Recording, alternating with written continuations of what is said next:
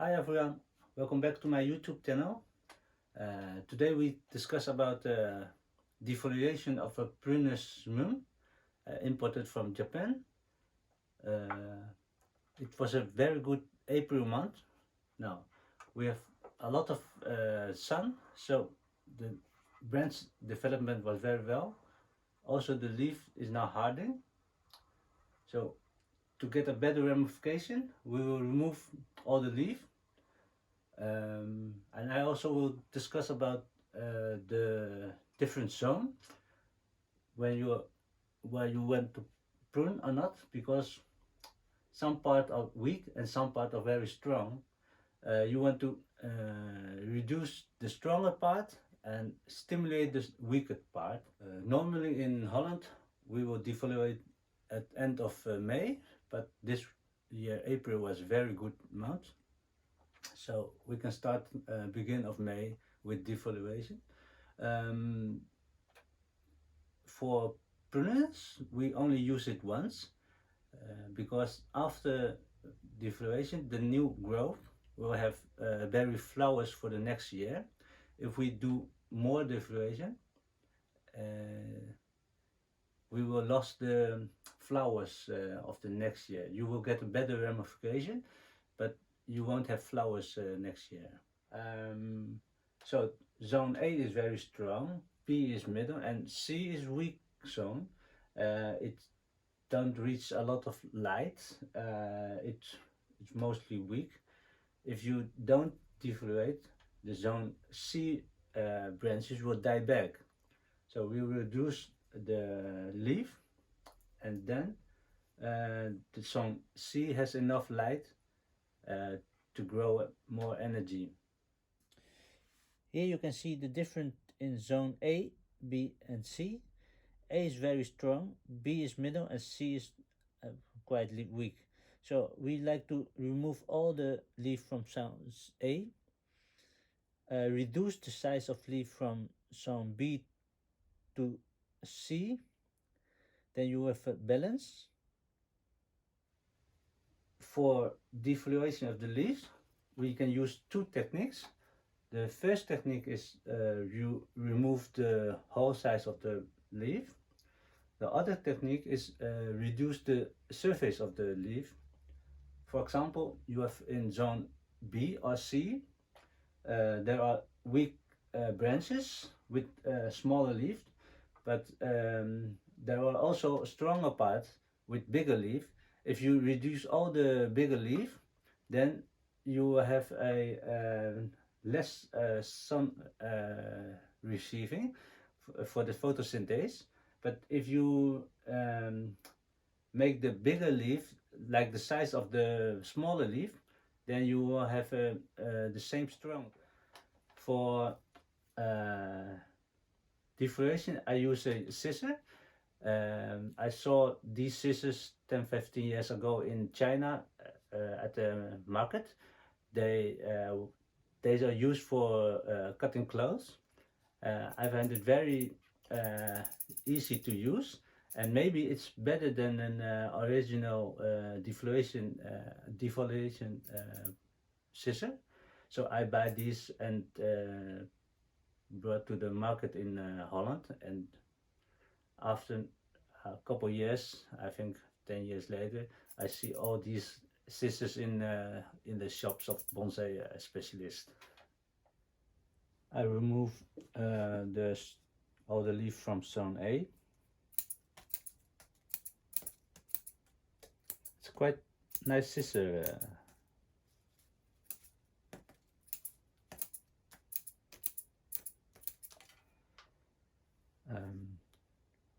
For example here, these are all very large, so we remove all of them, and a very strong branch.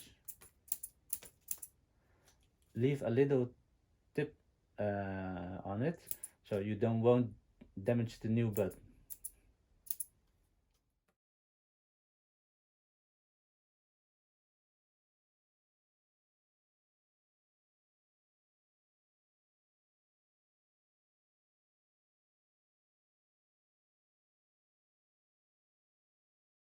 all the leaves have been removed from zone A.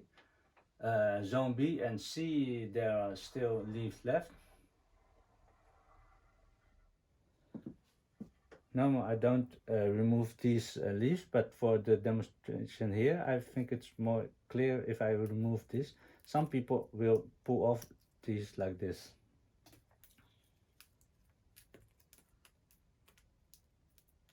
This is a smaller size leaf, like some C size, these, and these are B size. So you hold the leaf in this hand, and then the leaf cutter will just switch in the length you want, and you reduce it like this. Then you will have the same size of leaf.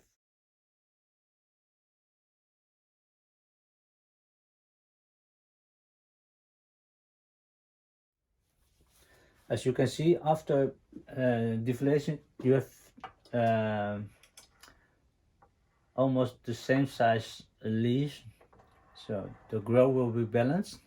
But this you cannot remove because these are very important for the weaker branch to get more energy. Otherwise you will lose these branches. So what I'm now going to do is remove the old wire and start wiring the tree.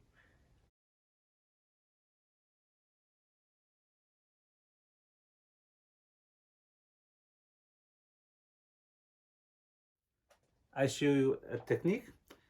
I learned it when I was a student. It saved me a lot of money.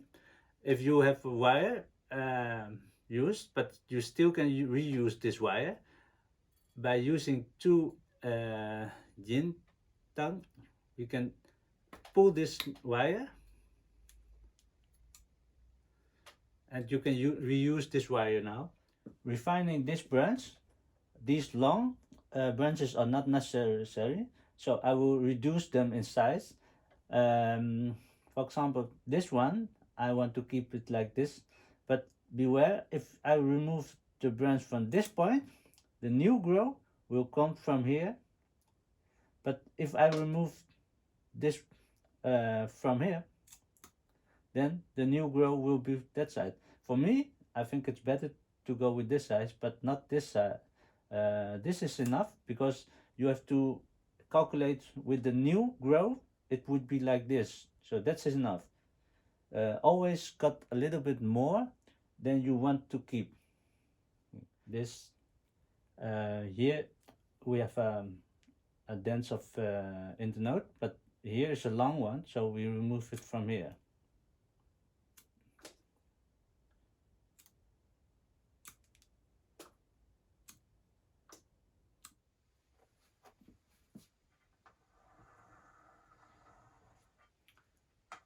So I will start with wiring with aluminium wire. For needle tree I use copper, it's less thick, and for leaf trees it's not necessary to use copper wire. Aluminium is enough.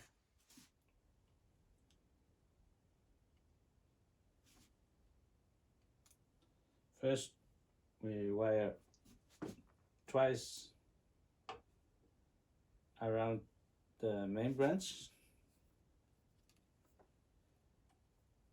to get it fixed. Then we start wiring this branch, so it will be more fixed.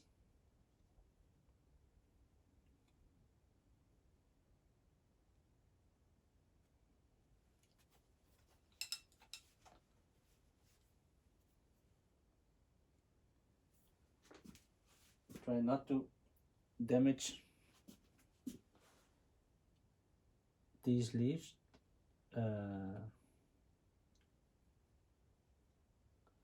Because inside there will be new growth.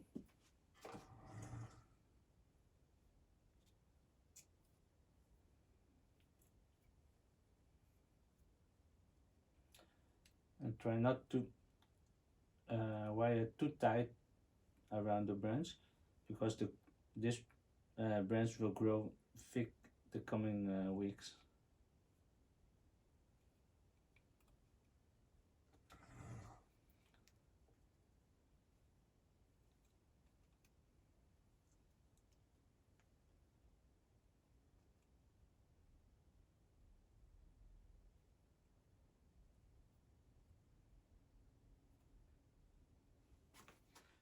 So for positioning the new branches, finger crossed it won't break. This has already the movement, so I won't twist a lot. But for this, first go to the branch and then leave the branch and give some twist in the branches. It will make it. With flower trees, you don't need to spread like a pine tree. Yeah? First go with the main branch, and then the branch will look for its own way.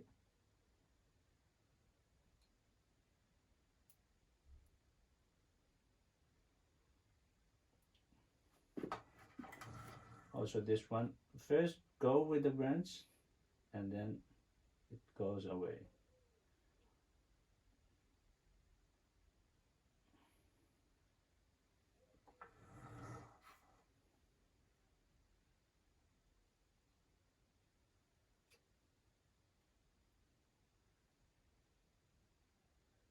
So this is not necessary, remove it.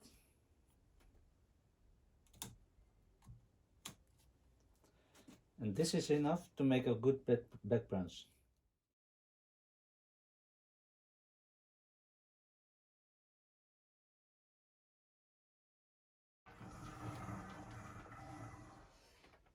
The most important part is the new growth will be here with flowers, and that will stimulate the three-dimensional look.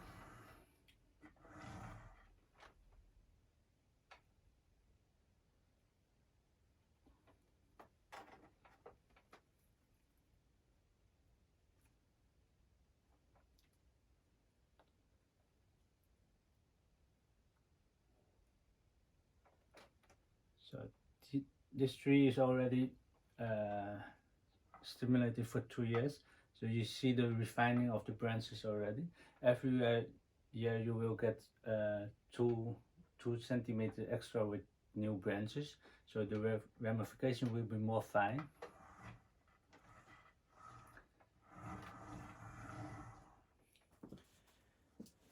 The apex is built out of 2 branches. So we wire the 2 branches with a thinner one.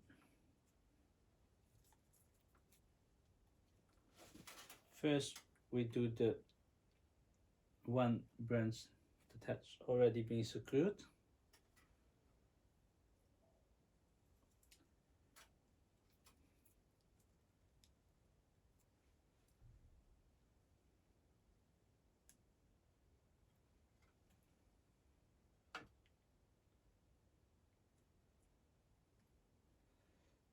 After 2 twists, we can start with the other side.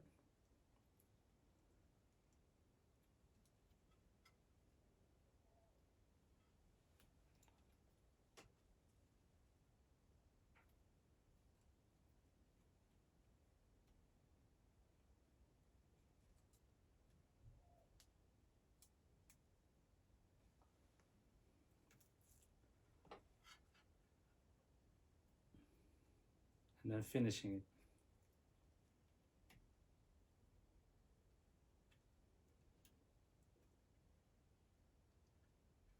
For the future position, I put 2 wood blocks around it, so you can see it's more going to the front.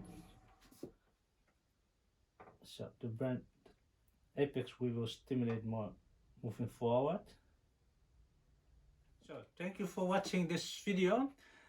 I hope you enjoyed it.